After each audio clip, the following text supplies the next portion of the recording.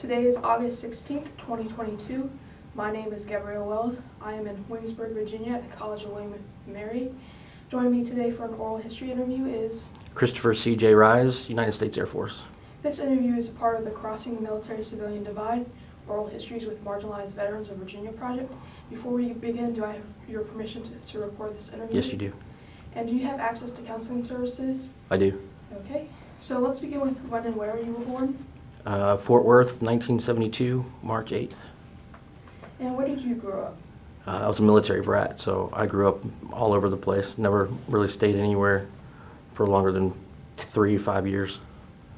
Were your parents in the military? My dad was in the military, my stepfather was in the military, my grandparents were all in the military.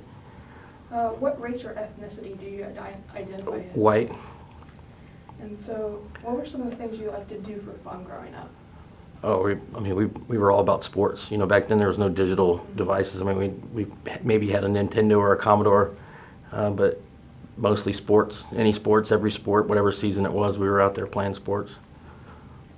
Tell me a little bit about your family. Did you have any siblings or? I have one sister. She's about 5 years younger than me. She lived with her mom when my parents divorced, and I lived with my dad. So I didn't really see her much. So you didn't really have a close relationship with her? No, not really. Where did you go to high school? Went to high school in Wild Lake High School in Columbia, Maryland. Were you there for all 4 years? I was. Play any sports? Or? I played golf and baseball. Did you? Were you part of ROTC in high school? Not in high school, I wasn't. Did you go to college? Yes.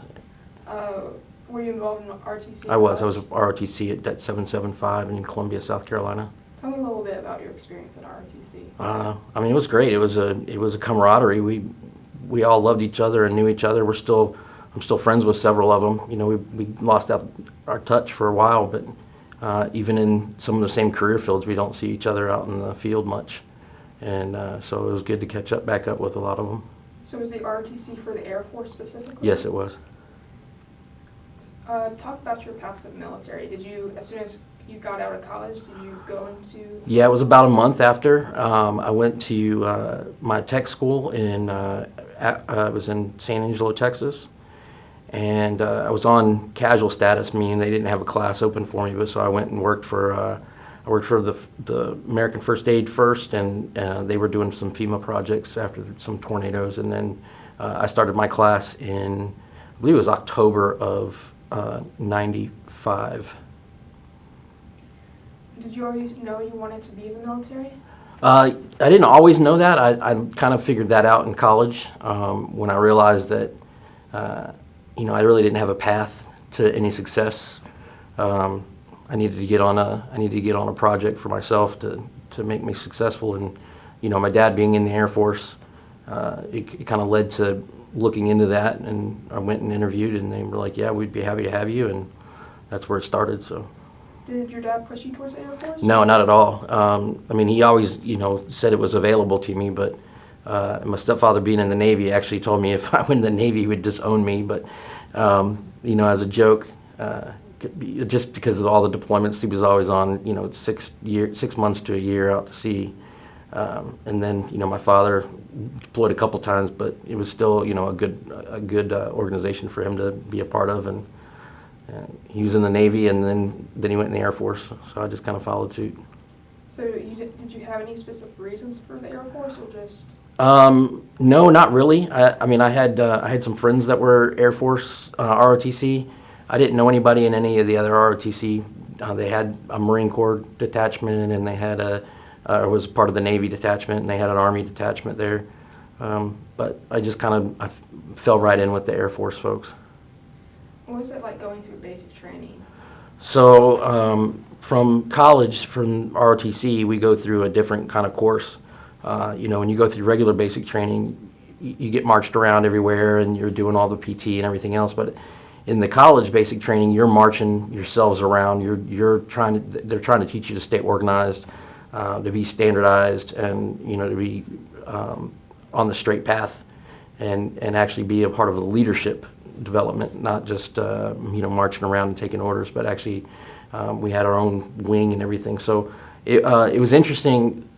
It was obviously a culture shock in the first week, because we did have MTIs that were there that were putting us through basic training drills and stuff.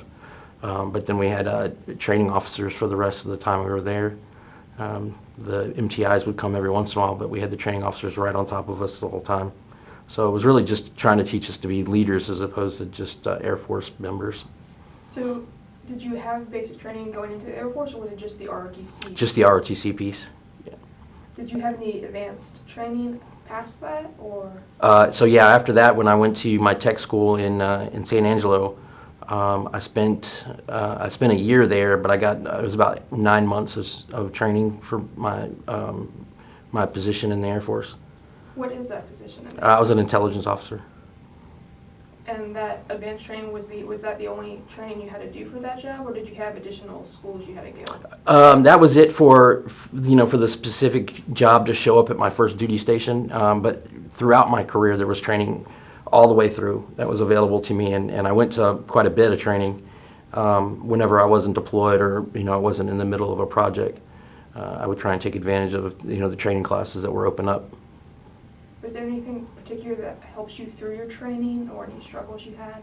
No, not really. I just I arrived at training, and usually you have a day or two of settling in, and then at the back end, I would give myself an extra day to get home, within the parameters of the military travel system, and I just just made sure that I paid attention, and I nugged it through, and made sure if there was tests involved, I was studying quite a bit. Were you able to stay in contact with your friends and family during training, or? Absolutely. Obviously not during the ROTC basic training. That we were locked down for the 6 weeks they were there. But for all the other training, at night you were pretty much on your own for the night, and we could contact our family via phone back then. There wasn't a whole lot of email going on. So what came next after your tech school, your advanced training? So I went to Abilene, Texas, where I started off as a B1 intelligence officer. My first week there, it was when Khobar Towers was hit, and when it happened, I was the only one in the building with another airman. So they called over and they were saying we need a briefing for the wing commander. So that was kind of kicked off my career, was right in the first week. But then after about a year, I went over to the C-130s, and I was their flight officer for Intel for 2 years, and we deployed. It was pretty constant, mostly for the Balkans, and that was enjoyable. That was probably some of my favorite time was with the C-130 crews, deploying and flying all the time. Did you have a typical day, or was every day kind of different? Every day is dynamic. As you get up into some of even the higher levels of the leadership, your day can kind of get into a normal grind. But especially starting off, something new is every day. You're learning every day. Every project you're on, you're learning new things, and throughout the entire career, it was you're learning something every day. But definitely for the first 10 to 12 years, it was. You never knew what was going to hit you. It was always something new coming on. Your first day in intelligence, what year was that? So I graduated from the intelligence school in 1996, and I went straight to Abilene. So that would have been the summer of '96. So you were in the Air Force for a few years before 9/11 happened.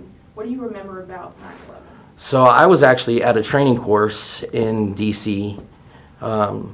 At an off-site location. The course was leadership in terrorism and state-sponsored regimes, and so I was actually learning about what was going on at the time. We were learning about who the leaders were in each of the organizations. We actually had the plane that hit the Pentagon flew right over our building. We were starting to shuttle back outside to try and figure out what was going on and what we were going to do, and that's when we saw it. I mean, it was low level, not like anything had ever been low level there before. So we kind of figured that was the one that went that way. But and the track afterwards, obviously, the track, the visuals on the imagery and stuff, it showed right over the building we were flying. So they were flying, and so it was kind of crazy. I was in the middle of it. We were on lockdown almost immediately. They sent us back to our hotels and said, stay put, contact your commands. I was at the time I was stationed with Special Operations Command in Tampa, Florida, which was heavily involved. And when I called back, they were like, "We need you to come home right away." And I'm like, "I don't know how you're going to get me down there because all the aircrafts are, closed down, and it'll take me a couple of days to get down there." Well, I could have made it within 24 hours, but the roads were crazy, and they called back and said, "No, you stay right where you're at until they open up the airports." So I was there for a couple of days, just sitting there watching. I wanted to go out and get away and help what was going on, but they wanted us right there. I stayed in the hotel the whole time. So did you ever resume that training course that you were in? No, actually I didn't. I ended up training in a different level of the same information at different organizations, but yeah, that one was done. It was day one, and we were out the door, within the first probably hour of the class starting. So you had a few years before 9/11 happened that you were in the Air Force. Were there any remarkable differences between how the Air Force operated before and after 9/11? Absolutely.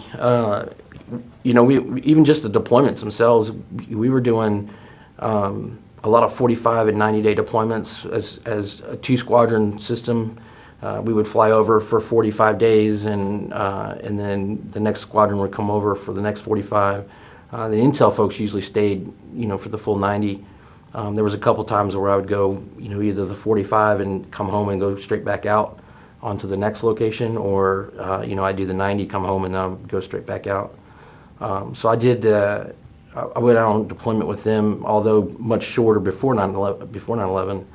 I did deployment 6 times with the C-130s, and then 2 times after 9/11, and those were, that's when everything started getting, the longer deployments. Air Force was doing, 6 months to a year, depending on location, and the Army was doing, full-on year deployments and stuff. Secretary of the Air Force basically said, "We're all in," and the Air Force started doing a lot of the jobs that were gapped by the Army. So we had, several people going to locations that were non-Air Force specific. So was the deployment length the biggest difference you noticed, or were there anything else? The deployment length, but the organizations I were in, we enjoyed ourselves when we weren't conducting mission. But when we were on mission, it was almost the same level of attention and attention to detail and aggressiveness to conduct the mission and do it correctly and do it by the book. And so that really didn't change much. There was a little bit of a heightened increase in that, just because of how important it really was. And we were supporting the Balkans before 9/11, or supporting the efforts by the United Nations in the Balkans before 9/11, and then after 9/11, everything was moving over to Afghanistan and then Iraq. So it was a lot more aggressive for us. We definitely were on heightened awareness just because of the global war on terrorism, a little bit more so than we were prior to 9/11. But for me, nothing really changed. I mean, it was the same level of effort, input, and output before and then after 9/11. So did the topic of the intelligence switch to Afghanistan? For sure, the main piece of that went to support the Afghanistan mission. My next 2 deployments were in support of Afghanistan, and then my second one of those 2 was Afghanistan, and then as mostly Iraq. But yeah, it was definitely a different a different culture and a different AOR, or area of responsibility. So it was hard to pick all that back up because we weren't really focused on that, even though we should have been for years. But there were folks in the Department of Defense and the national agencies that were focusing on that at the time before 9/11, and then when 9/11 hit, everybody was scrambling to get to the other side. When you were deployed to those locations, were you located in an Air Force base somewhere there? Or? So because I was intelligence for the support organizations that were flying in, I was in Kyrgyzstan for one deployment, and for the other I was round robin between Kuwait, Iraq, Germany. We were based out of Germany, and Rota, Spain, Morone, And basically I had 7 locations that were a part of my mission, so I was flying from all of those locations on a regular basis, make sure that the intelligence crews were doing their job and doing it well, and then make sure the aircraft, because we were supporting all aircraft operations, so for cargo airlift in and out, which was the heavy lifting, made sure that the air crews and their commanders were happy with the intelligence support they were getting. So yeah. What were some of like the basic tasks you had to do when you were actually deployed? Were they always different depending on location? It was different depending on location, and quite frankly, my position, my rank in what I was doing. When I was younger, it was all mission briefs, making sure the crews knew where all the threats were, helping the crews develop flight plans that would get around the major threats, getting them in and out of the air bases. As I got up a little bit farther, it started to become more of like the wing commander and the leadership briefs, the current intelligence briefs. And then there was, when I was deployed, I also had the aircrew piece to it too. So it was kind of a double mission, making sure that my leadership, where I was stationed at the time, was kept in the knowledge and know of what was going on downrange, so they could effectively support the in and out. And then obviously the air crews that were flying in and out of range, the combat zones, they were always briefed and kept up to the knowledge of knowing where the threats were, and how high to fly or how low to fly and those kind of things. Did you ever directly experience combat being in intelligence, or? So I didn't, but I did. I flew over several locations, and then obviously I flew into Iraq and landed several times. Luckily, the times that I was in Iraq, we didn't have any major issues. The times we flew over Afghanistan, I was supporting, I'd fly with the KC-135, which is a refueler. So, we would always have the radios on to listen to the troops in contact down on the ground. And as soon as we would hear troops in contact and what they were going through, we kind of knew that the fighter aircraft and the bomber aircraft were going to come up and get refueled and go back down and support. So we were basically loitering in those missions. For the Balkans, when we flew out of one of the locations, we were spotlighted and we were fired on by a ground-based gun threat, and none of us were hit. Nothing happened, but we were definitely doing a lot of maneuvers to get out of that position and firing off flares and all kinds of stuff to try and mask our location at the time. Once we were out of the range, we weren't firing the flares. We were trying to get away in the dark. But yeah, it was pretty hairy there. But I mean, obviously not troops in contact downrange. Those heroes were by far way more levels of combat than I can only imagine what they went through. So we always had a high respect for the folks that were on the ground that were doing the combat. And intelligence was involved. We had airmen that were constantly involved with the Army, doing EOD, ordnance disposal missions, doing convoy missions and stuff like that. So they were definitely not doing their normal Air Force mission. But we were all involved. We were all in. What was the most difficult part about being deployed? Clearly not being home with the family is always the number one. Not having your own pillow and your own TV and your own stereo system and really your own space to have your me time as well. We didn't have our own computers, and we weren't doing a whole lot with the family back home. We didn't have Skype and Zoom. We just started getting a few of the capabilities towards the end of my career, end of my deployments. We started getting a little bit of the video capability, but even that was, a difficulty. So mostly it was over the phone, and a lot of times it was I don't know if it's the Department of Defense or the Department of State or whoever controls the phone lines, but you only get so many minutes, each night to call. Sometimes it's each week, depending on the location. So you get like 10 or 15 minutes to do a morale call. So it's, you get on the phone, it's miss you, love you, what's going on, and it's the highlights, and then, your call's over. So, that's probably the biggest difficulty, was just missing home. So it was a pretty irregular contact schedule you had with your. Oh, absolutely. There'd be weeks where my wife wouldn't hear from me, wouldn't be able to talk to her at all. I was in some locations that just didn't provide the access to a phone system that I could call home, or just didn't provide the environment for me to be able to call home. So yeah, she missed weeks without me being able to call. Were you guys ever able to give like a warning to your family saying, "Hey, we're gonna be out of contact for"? So for the most part, my wife knew, because some of the missions, especially that I went out on, she knew that she wouldn't be able to hear from me for a while. But usually it would be while we're having the normal morale call. I'd say, hey, I'll probably be available, in 2 weeks or whatever, or I'll be able to call you in a couple days.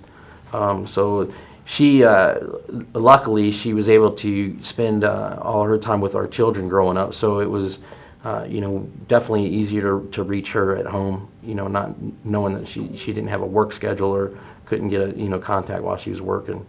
So it was a lot easier to get a hold of her whenever I needed to. But yeah, there were some sporadic times there.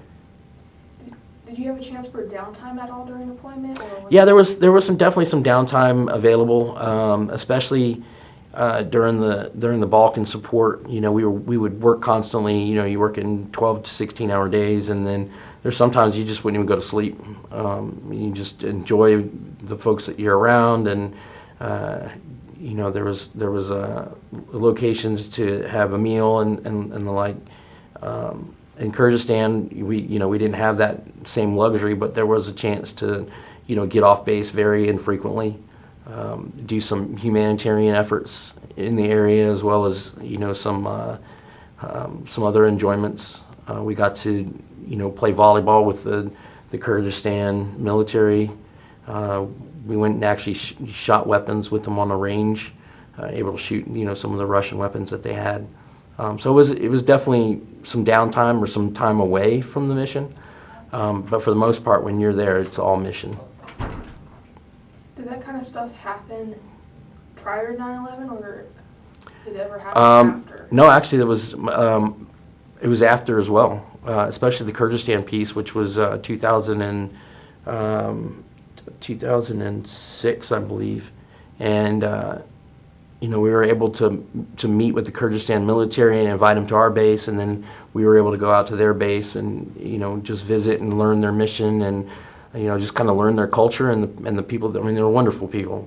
Everywhere we went, for the most part, were just wonderful. Wonderful people, great culture, great learning experience. I don't have any connected friends from those missions, or meeting people outside of the United States Air Force, but I definitely developed some great relationships while we were there, and it helped in our work environment too. It was easier to conduct our mission, having good relationships with the host nation. What was your job like when you weren't on deployment? Was it kind of the same? Most of it just depended on where we were located. I mean, there's a couple of jobs it was mostly trying to spin up for an exercise or an inspection that was coming up, and then also getting the air crews off the base and overseas. So for the post 9/11, it was just particularly it was trying to move aircraft overseas to where I was actually doing the job when I was deployed. So it made it easier to do the transition for the deployment, because I knew the crews and the air crews that were coming in. I knew a lot of the intelligence officers and enlisted that were working those missions as well. So that made it a little bit easier, but yeah, that's about it on that.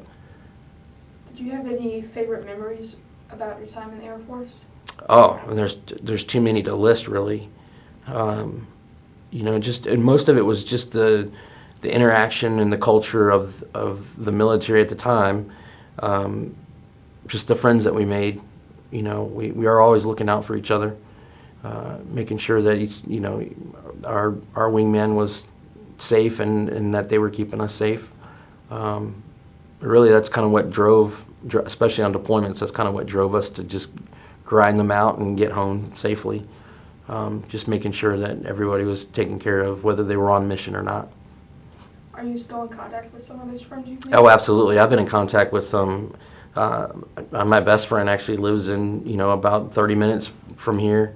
from the military. We met in tech school, so that was 27 years ago, and we've been good friends since. We visit with the family, every once in a while, and we kept in touch over all our deployments and all of our, we even actually went to some courses together, and even though we were stationed thousands of miles away from each other, we were still able to keep in touch. So absolutely. There's several actually that I've gotten back in touch with from my C-130 days, and that community hasn't really changed at all. Those characters are still the same characters they were back then. It's refreshing to meet up with them, especially mostly on social media.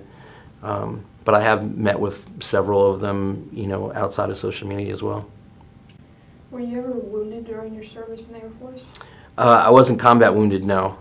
I do have several disabilities.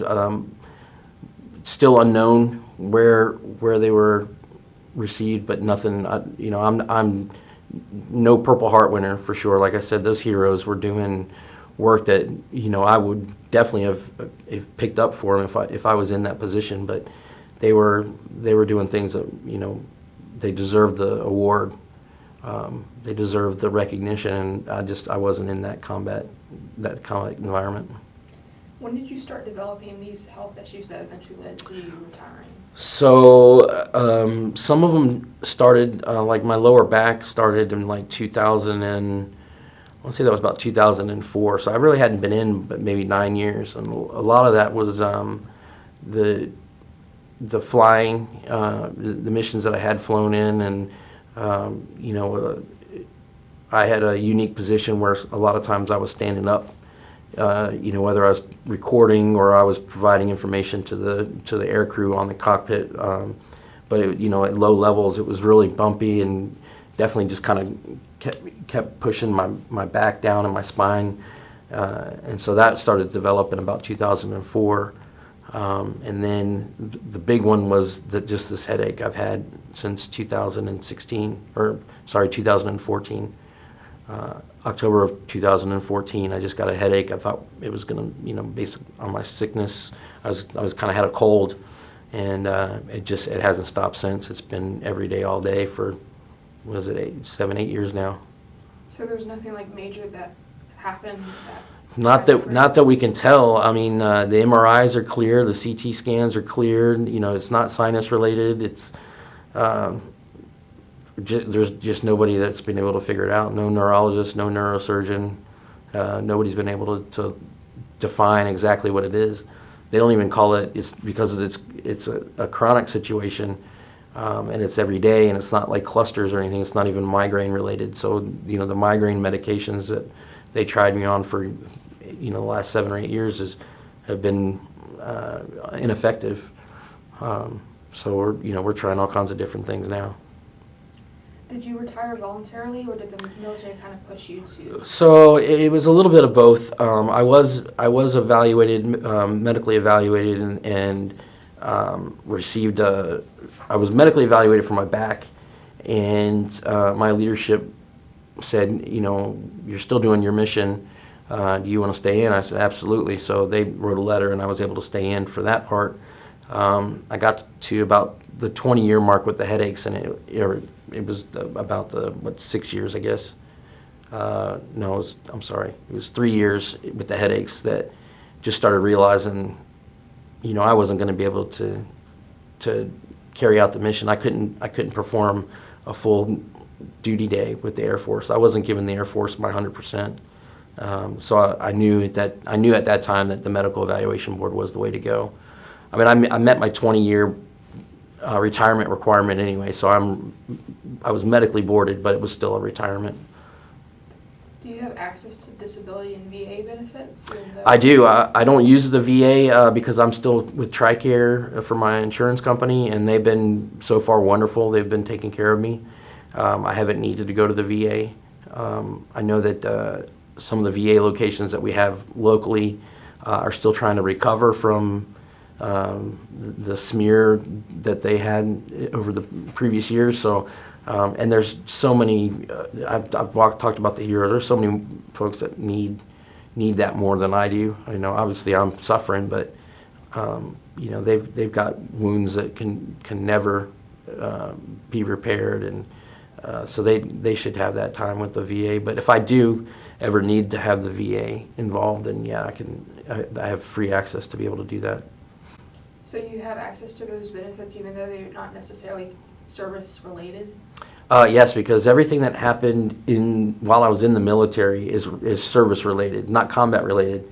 But you know, because especially since you can't really figure out what caused certain things, you know, there's still a disability that's attached to it while you're on active duty. Active duty, you're 24/7. So anything you do, whether it's on base, off base, extracurricular, or with the military missions or whatever it is, you know, that's all considered active duty time, and therefore your disability is on duty.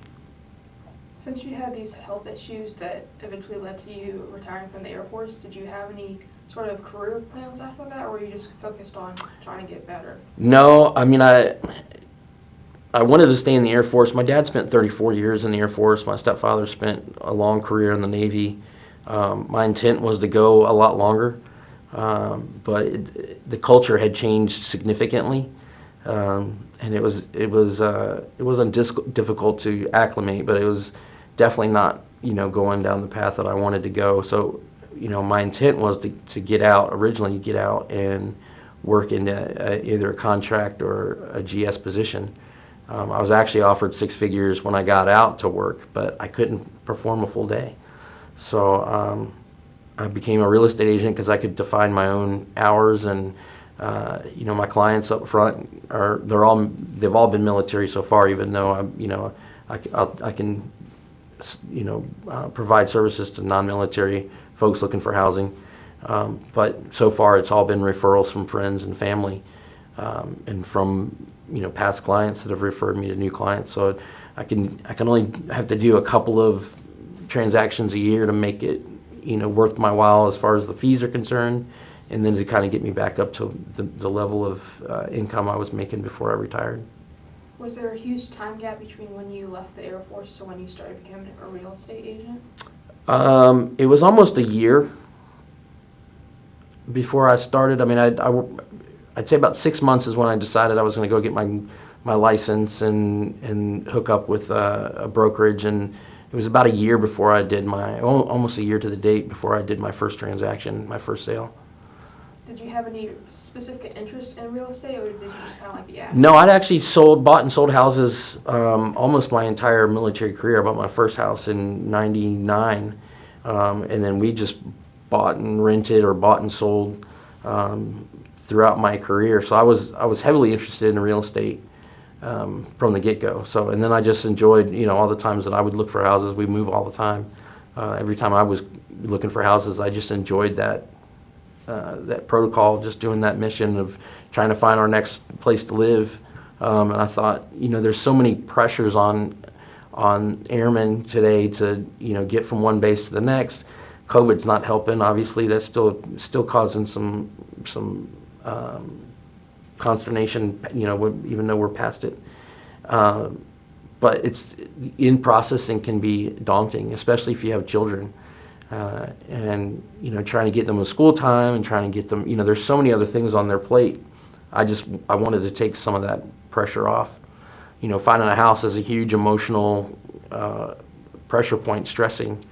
And I just wanted to be a part of the, you know, a little bit of the solution, finding a good house for these great families that have been doing the country, you know, doing hero work for the country. Did your family have to move around a lot when you were in the Air Force?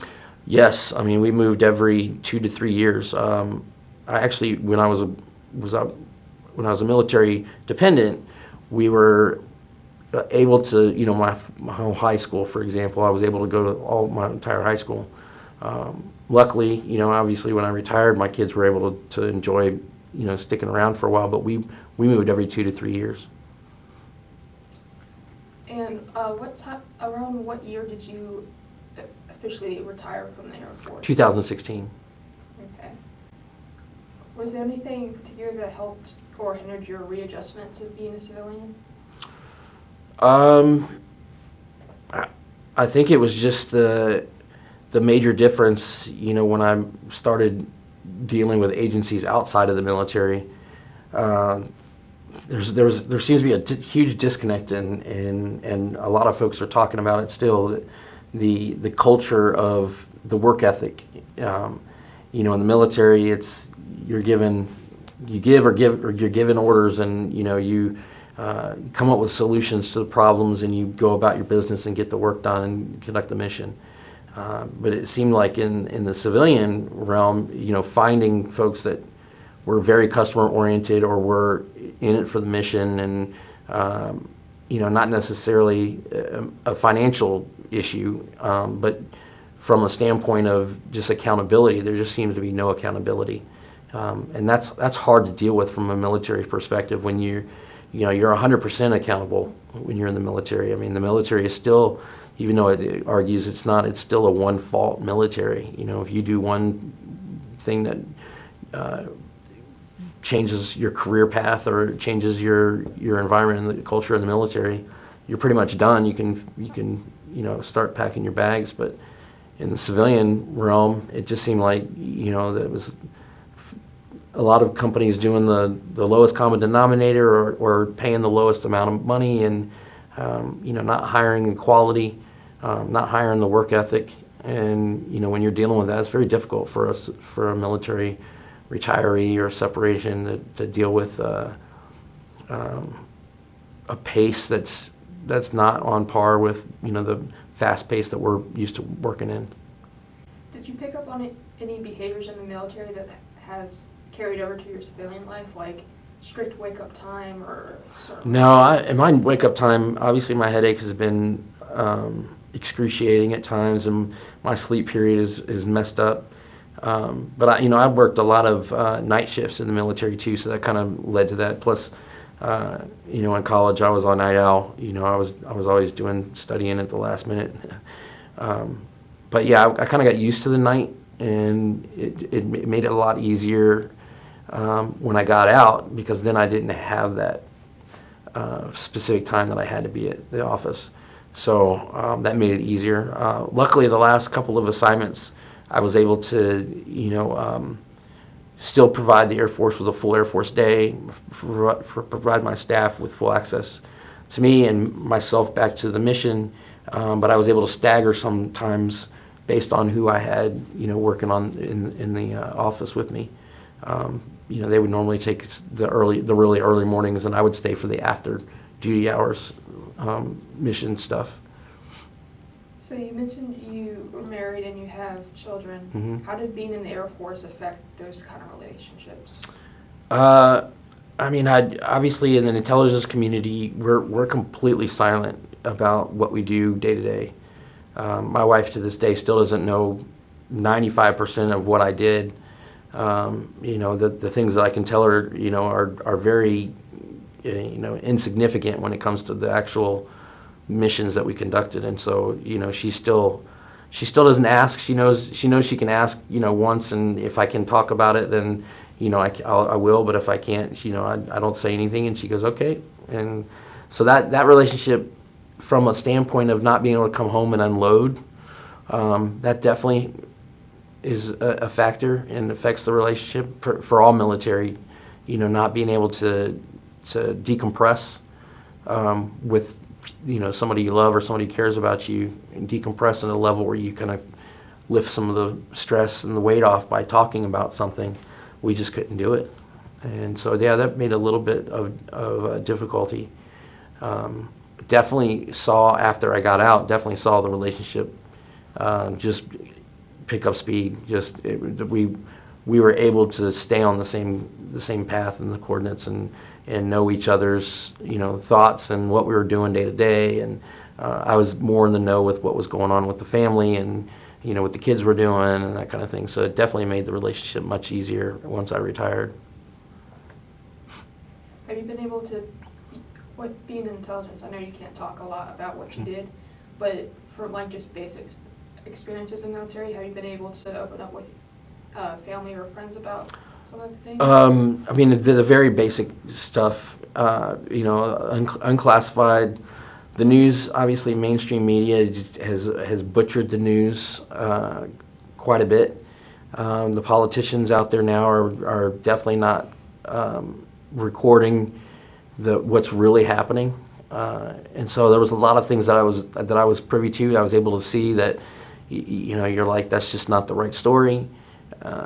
Especially on, the news outlets, they just, even with the current situation with the Ukraine, they're missing big pieces. And quite frankly, they may never know those pieces because it affects what happens in the combat realm. You definitely don't want to give up any information about your sources of information, or jeopardize based on information you provide. If it jeopardizes your own troops or your allied troops, then you definitely don't want to give up that information. And so, mainstream media and everybody else, they can only go off the bits and pieces that they've been given. So that makes it really difficult, especially to watch certain things happen in the United States today. Just the diversity that has disappeared briefly. We seem to, in the military, and I know that it's in the military as well, but even when I was a kid in the military base school system, we just, racism and all that kind of stuff never really impacted anything we were doing. We didn't pay attention to any of that. But now it's such a big issue that it's it's clouding some of the other things that are going on. And rightfully so, it should be addressed again, but we need to get to a part where it's just, we're all on the same sheet of music here in the United States. We can put politicians in positions that are going to, make our country better, but in the end run, that's affecting what we're doing overseas, and that becomes a very difficult challenge. I had a member of one of my Special Operations Command students. He was doing a part with an exercise where he had to be in front of the media. We had reporters there that were, bombarding them with questions and the like. And I'll never forget, he got up there and they kept asking him certain questions, and he said, I can't talk about that, can't talk about that. And he finally said, look, we're in the business of writing scripts to movies you'll never see. And that right there, that stuck with me for years. We're in the business of writing scripts to movies you'll never see. And it's completely true. There's things that will never be known outside of the communities that it's in. And there's things that'll never be known, to the public, just because of the information could damage our situation in that environment, or it could hurt, some of our teams or our allies while they're out in the mission. So moving a little more towards some of the health issues you've had, Mm-hmm. how have they affected your life? I know your headaches and stuff like that affect your sleep. Well, I mean, it affects everything. There's been times when I've been bedridden for 20 days out of 30. I've missed entire years with my kids still. I got out and we had hoped that, maybe the stress of being in the military was causing the headaches, but it wasn't. And I changed my diet and we've been through different, 1,000 different medications and different other things, and nothing seems to have worked. And my kids are able to go to Busch Gardens and Water Country, and my youngest is a gymnast and my oldest was an ice skater, now going to college. And so I missed so much time with them, especially in the summers when they had either vacation time or they were able to go to some of the venues that we have here locally, and I couldn't attend.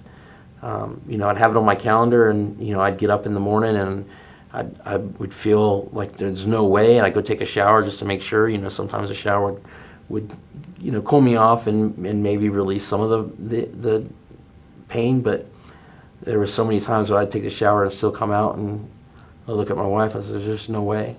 I couldn't walk, I couldn't function, there was no way I could go down the stairs, and it was very debilitating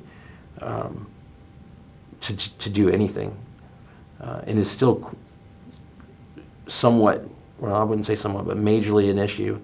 And I'm changing certain things in my diets again, and trying different things, and I kind of forcing myself to get up out of bed and spend time with my kids.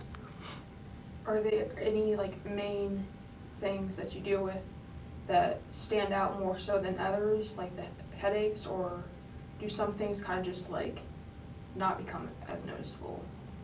Well, it just depends. I mean, my headache when it's full blown. So this was news to me. Obviously, I've all my life I've been a talker and I can hold a conversation pretty well. But it just started it got more and more, and interrupting got more and more. And a doctor recently diagnosed, or at least pointed me in the right direction of pressure of speech. I never heard of, and with that, knowing the information, what pressure of speech is and what it does, it hides your highest level of pain. It allows your brain to function very effectively, even though you're in excruciating pain and nobody knows. You're able to hide everything from everyone on the outside, and that's why there's been a lot of stigma with these hidden the hidden pains, the hidden medical issues. People going, "Oh, you're working just fine. Why are you what are you claiming and why are you doing that?" And it's like, yeah, if you sat down and I just took my mind off of whatever I was doing, I'd be a ball of mess. And so that's been at the house at home too. It's just I wake up, I have excruciating headache and I can't move. And I got to force myself sometimes to get to certain meetings and doctor's appointments. I have to get up and force myself to move to make those appointments. 'Cause there's a lot of times when I'm canceling appointments that morning too. I get up in the morning and I have an 8:30 or 9 o'clock appointment, and there's just no way I'm going to make it. I have to go call it in and cancel. So there are times where you can kind of force yourself to keep moving, or is it like null things, or you just kind of change like the way you think about it? It really is just a masking of the pain enough to function. That's extremely hard to do. I know that there's a lot of doctors and obviously a lot of studies that are on both sides of this, but your significant pain, your most dominating pain, really does hide, or for me, it hides all of my other pain. So my back right now, it only hurts when I do something insignificant that hits it, and my back starts to become an issue. But for the most part, the head dominates all of every pain I have in my body. It's just my head. And so, doing real estate or helping folks with real estate questions and the like in my brokerage, it just takes my mind off of some of those things, and I'm able to kind of just pay attention to what is going on as opposed to paying attention to the headache. And when I can do that, when I can kind of forget about the headache for a second, then I can kind of motivate myself to get places and do certain things. But when there's, even when you've got a mission of going to one of your daughter's events, getting the pain to subside enough that you can actually motivate yourself to get up is very difficult to do. So you mentioned some of these medical conditions came up when you were still in active duty. How did dealing with those conditions affect your work in the Air Force? So at the end there, I was having to make a lot of sacrifices at work, and that's why it made the decision.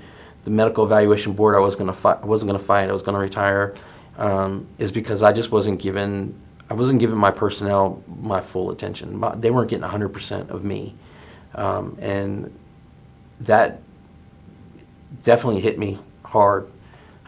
Knowing that I've got that same requirement, is just give me a full Air Force day. I was never really worried about, unless we had full mission going on and people having to take care of family things or oil change in the cars or whatever else, as long as they gave me the full Air Force day afterwards. And by that I meant the time and the effort and the mission still needed to get taken care of, if they were allowed to go do those, if the mission wasn't like right there and current, or it wasn't like an immediate requirement for their task. I felt the same way. I was like, I couldn't even put in a full Air Force day, and it was driving me crazy. and it was leading to the stress, a lot of stress. I felt horrible for my personnel that were working for me that weren't getting 100% of what I could provide. How long do you think you dealt with that before you decided to just completely go with the medical professional and retire? Was it a couple weeks, a couple months? Well, no, I mean, it started, so the headache started in October of 2014.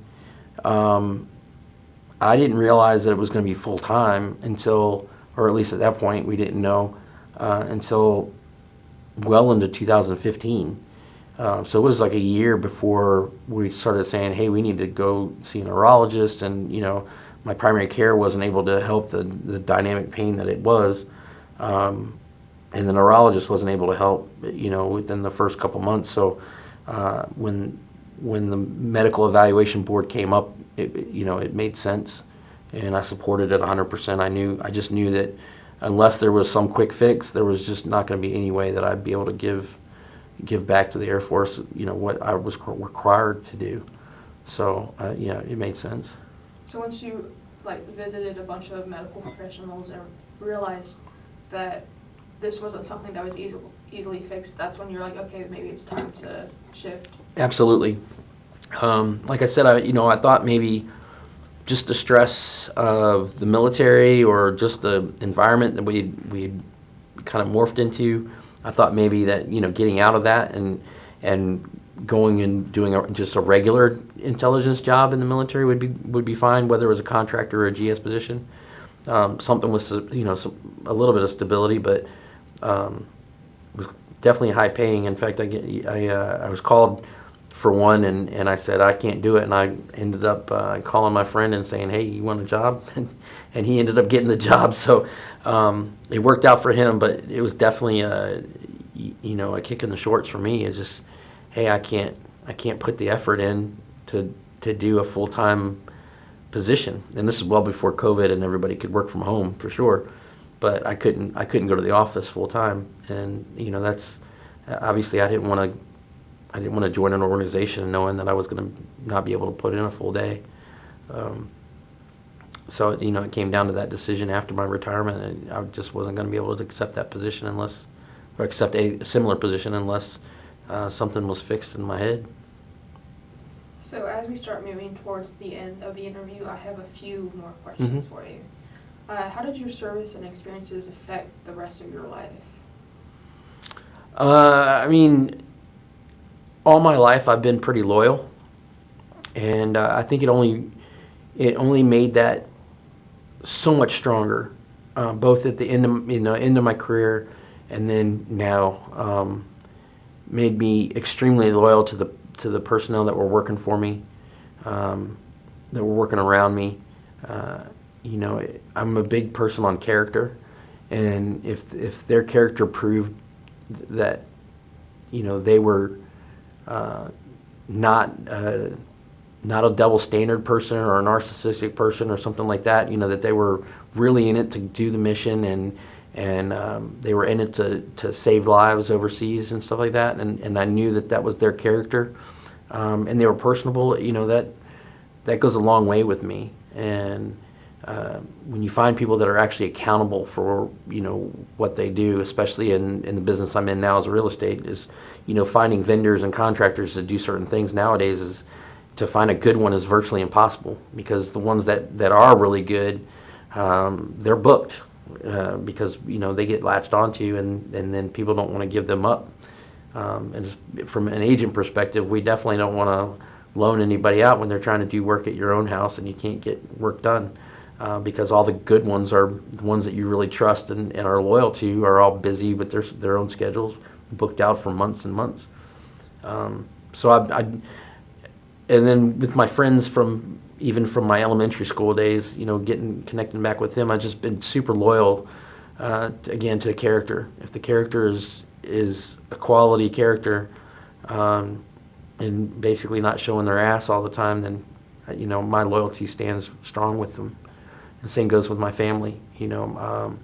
I've rebuilt some relationships, and obviously with my kids and my wife, completely loyal, and do whatever I can to make sure that I'm on their side.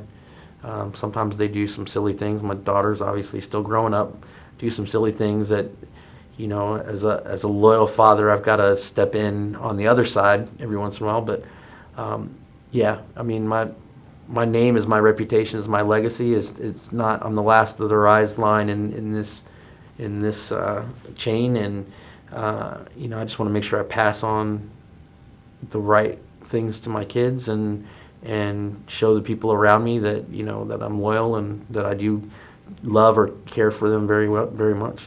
That's probably the most important thing. What have been some highlights of your life? Obviously I was connected to the military, I'm still connected to the military, but for 40, what is that? I think it's 44 years, 45 years. I was in the military of some sort, whether as a dependent growing up or as active duty member, and so a lot of my memories are exactly that. They're from the military. Just the other day, we were talking in a group from RAF Chicksands, the air base that was over there in England that is no longer a United States Air Force location.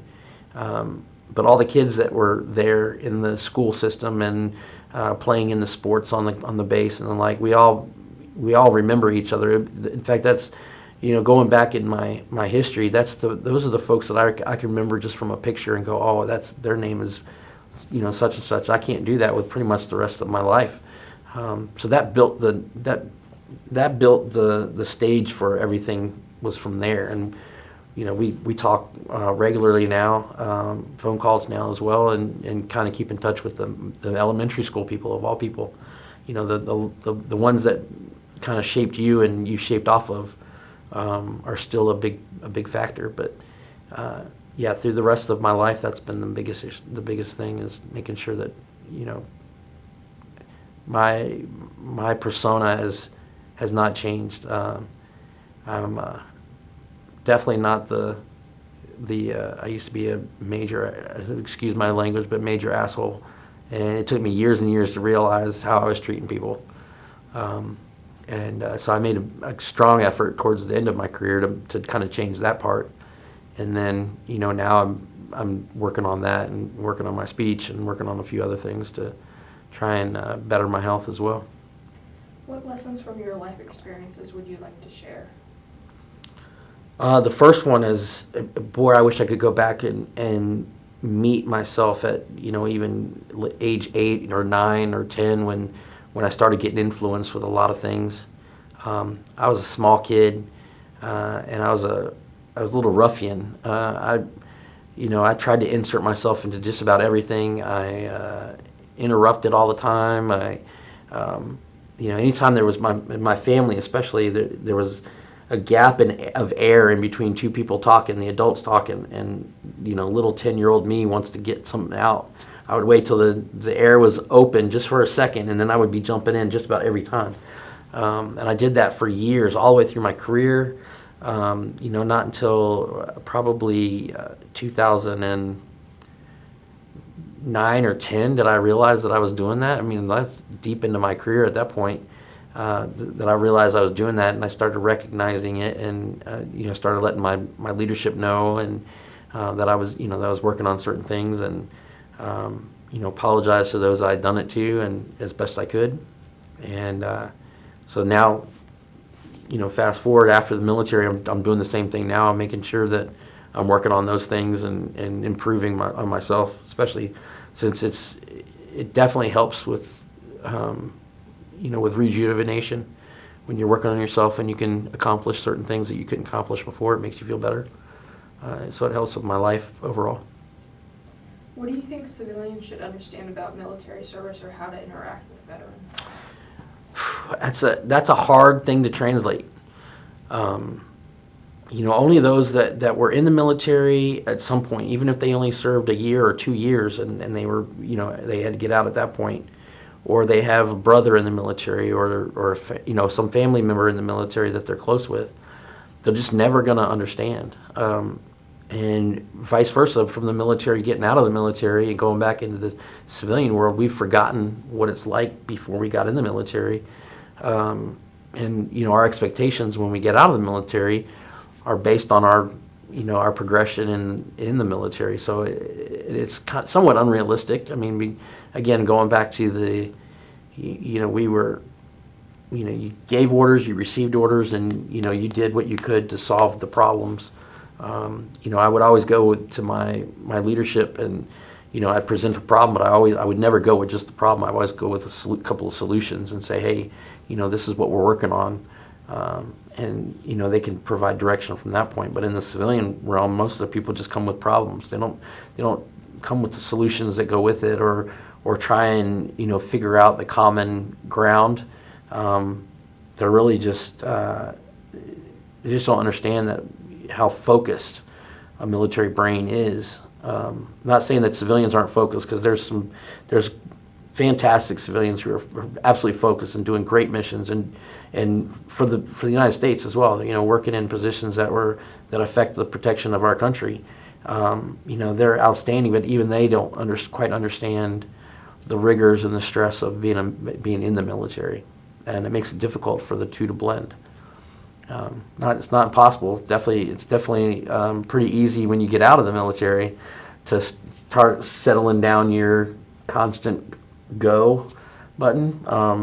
But it definitely takes. It's a challenging thing for folks that get out of the military to relax to the level and be accustomed to being, well, unfortunately being let down a lot of times, because it's just not the direct military approach. Is there anything else you'd like to discuss that we haven't talked about, or that you'd like to go back to? I will talk about some of the things that I have been doing lately. I recently got connected last summer. I got connected with an organization, CJ3, and I was able to go to they have it's 100% volunteer staff. Any money that's fundraised goes back to the veterans. So the veterans are flown to Albia, Iowa. There's a little headquarters there for the medical part of it, the medical treatment. So I was able to go up there and get assessed and go through some of their medical procedures, and there was some time there that was very beneficial in me understanding myself and some of the things that were a factor in my relationships, which helped. And then the CJ3 organization actually provided me with a service dog. So there's 3 missions that advocate for the veterans, the mental health and assessment and awareness, and physical health and assessment, and then the service dog piece. Just the fact that this organization is up on the Hill constantly with congressmen and senators, and constantly talking about the gaps in veteran care and support, and not to detract from any of the other organizations that are out there that are outstanding supporters of military veterans, but there's a lot of gaps in between it, and we just got to recognize where those gaps are. And unfortunately, CJ3 has been able to fill a lot of those gaps for service members worldwide. It's not. My name is CJ, and that's the only coincidental thing. It's I'm now trying to advocate for CJ3 and for veterans as well as a part of their program. But it's I didn't develop it. I just happened to fall into it myself. But the thing that's missing in the civilian world, whereas it's trying to adapt to a lot of these military members having disabilities that are just debilitating, or unable to function in society. CJ3 and the other organizations are out there that are trying to make that happen, improve the quality of life for these individuals, and some of that is trying to adapt them to the society, the social life that they haven't had outside of the military before, and some of it's for healing, and the service dog is for help. I fall a lot, and so the service dog was a mobility requirement for me, but just the the camaraderie you make with a service dog is amazing as well. It definitely opens up your parameters to the whole process of CJ3 and what they provide. It opens up the parameters to absolutely increase your quality of life, and that's what we're all trying to do.